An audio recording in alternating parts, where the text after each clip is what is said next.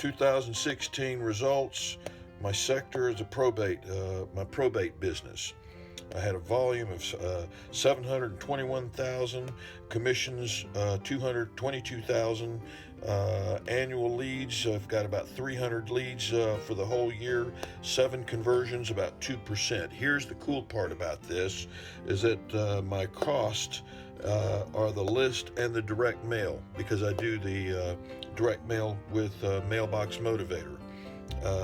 I've gotten a $3,841 in costs, but I've got a return on investment of about 574%.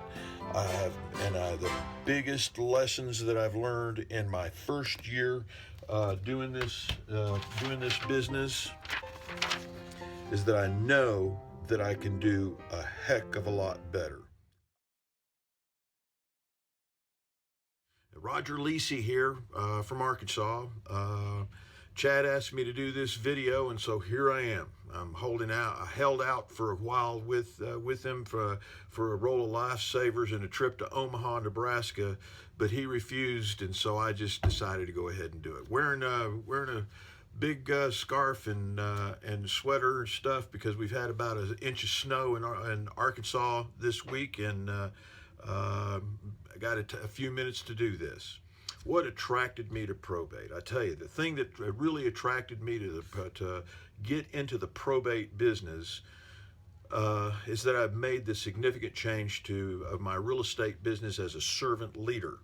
I looked at probate business as a way to differentiate myself in adding value to a family's demands for services that I had. I really already had a lot of the services that we use in probate, the contractors, the investors, from my years as a Bank of America foreclosure agent. Held on to those folks and still working with them.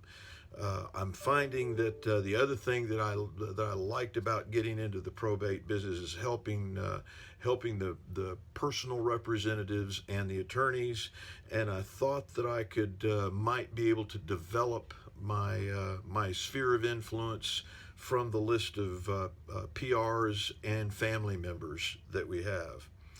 I signed up about a year ago, and I was kind of shaky on what I was going to do and really do it. Live in a pretty small market, but I went ahead and committed to do a 1-year trial for the probate list.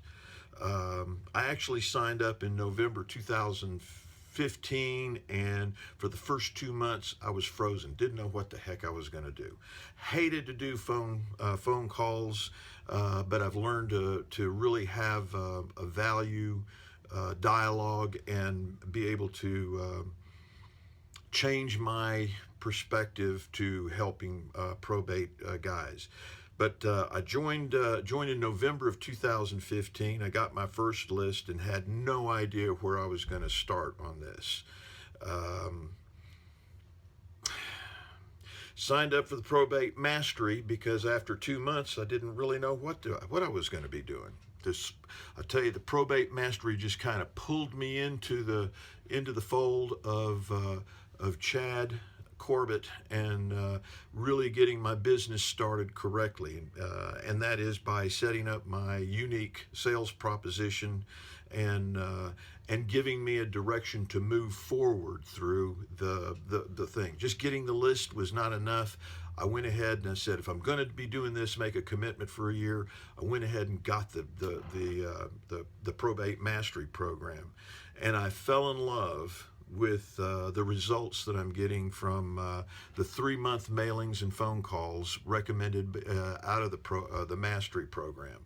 So within the first couple of months, I started making phone calls and had some trifold brochures made up, made cold calls, follow-up phone calls with attorneys' offices after I got an appointment, and I really wanted to meet the gatekeepers in the attorneys' offices.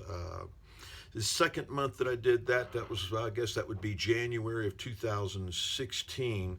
I got a phone call from one of the attorney's offices who wanted me to do a valuation on an $8 million estate in trust. It was not a probate, it was in trust. What are my results in the first year with this program? I do it every year, and here, thankfully, I'm here in January, end of December, first part of January, that I'm able to do this, and it works out well for me to show you what my goals are for next year. But I first have to evaluate what I've done this year with my probate listings. Here's where I'm at with that question. Number one, 2016 results. My sector is my probate business. I had a volume of 721,000, commissions 222,000, annual leads. I've got about 300 leads for the whole year, 7 conversions, about 2%. Here's the cool part about this, is that my cost are the list and the direct mail, because I do the direct mail with Mailbox Motivator. I've gotten a $3,841 in costs, but I've got a return on investment of about 574%.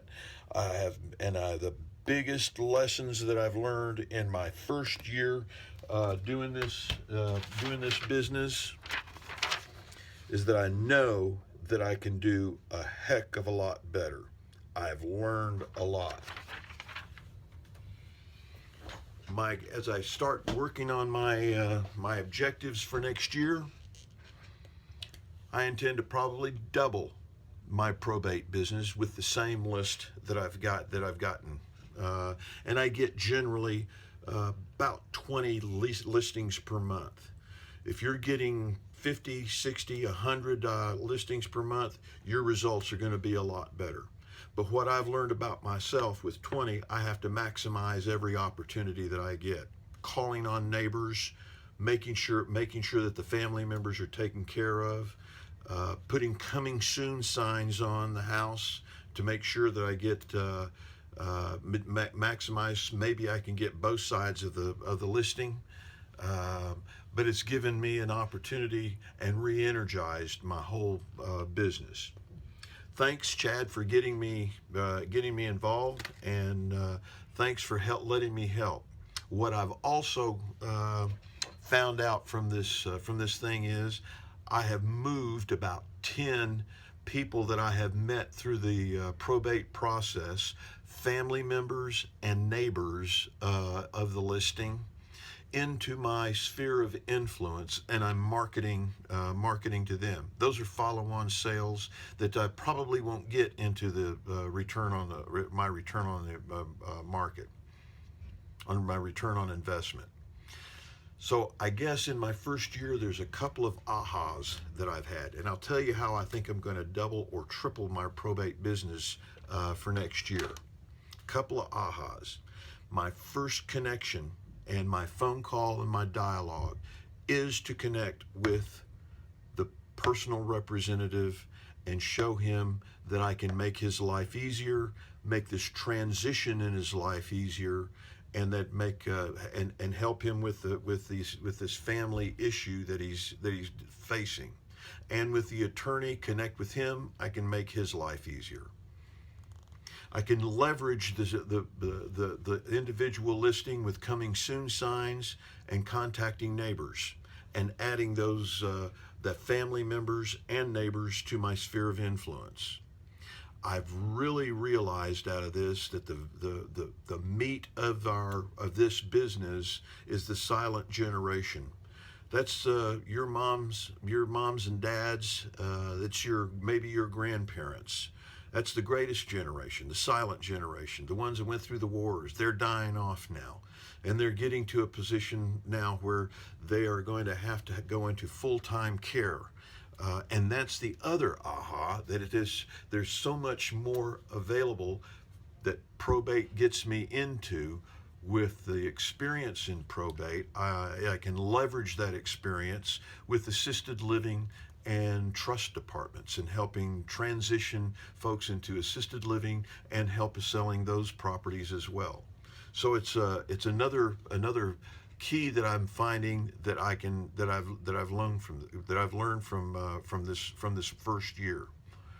I've also learned that there's a bigger market for me for the services that I have. I've recaged everything that I've done over the past 8 years of my real estate experience I've transformed it from chasing down expireds, FSBOs, and withdrawn listings, and maybe I'll find somebody that my listing presentation will be better than somebody else's presentation. Maybe I can make them like me more than somebody that they already know as a real estate agent. What I've learned that I've really got a value set and a certification, which you get with the listing of the probate mastery, and a certification that will value the families and everybody that I come in touch with.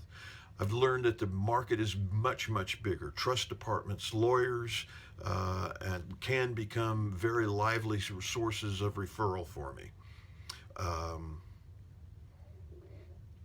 The resources used in the probate experience adds value to all the other markets that I've already said that.